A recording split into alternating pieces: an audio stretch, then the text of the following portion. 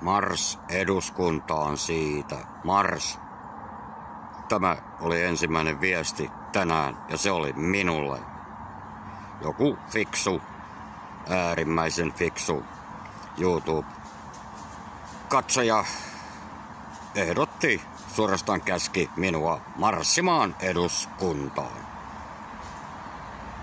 Olen minä siellä lehtereillä kyllä ollut ja muistaakseni sielläkin avasin kerran suuni. Oliko näin, että minut poistettiin vai tultiin vartijan pampun kanssa iskemään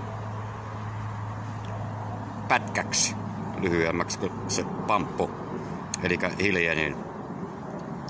Silloin opin huomaamaan, mikä on systeemin nimi eduskunnassa.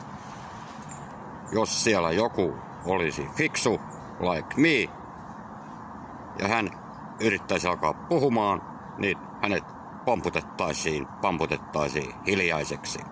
Näinhän se on.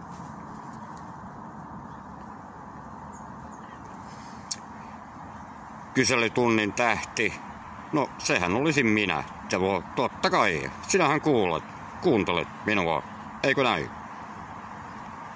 Minähän olisin siellä number one. Mutta eikö tunnu aika oudolta kuntavaaleissa? Olen meinaan muutenkin saanut suosiota tässä poliittisella kentällä katsojilta ynnä muilta ei-katsojilta.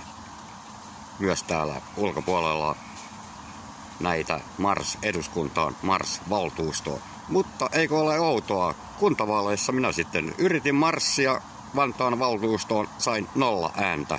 En saanut edes omaani. Eikö ole vähän outoa? Eikö ole vähän outoa?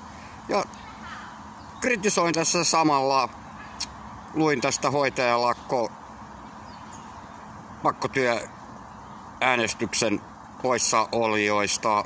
Osa heistä oli omissa kunnissaan päättämässä Vantaan kaupungin ja muiden kaupunginvaltuustojen asioita. Ne olivat tärkeämpiä kuin tämä koko kansan edustajan rooli, jossa he myös ovat ja viihtyvät viinipullojen ja lounaiden taksien parissa. Joo, kritisoin ankarasti myös tätä. Kansanedustaja ei saa istua valtuustossa samaan aikaan. Sehän on mahdottomuus. Elikkä eri tyypit, valitettavasti samat puolueet, valtuustoihin ja kansanedustajiksi. Kansanedustajilta pitää kieltää valtuustopaikka ja toistepäin. Tai sitten jos valitaan jompaan kumpaan ja molempiin yleensä, näinhän se menee täällä Suomessa valitettavasti, te typerät äänestätte aina samat tyypit sekä Vantaan valtuustoon että Suomen eduskuntaan. Joo, elikkä vain toinen palli sopii perseelle.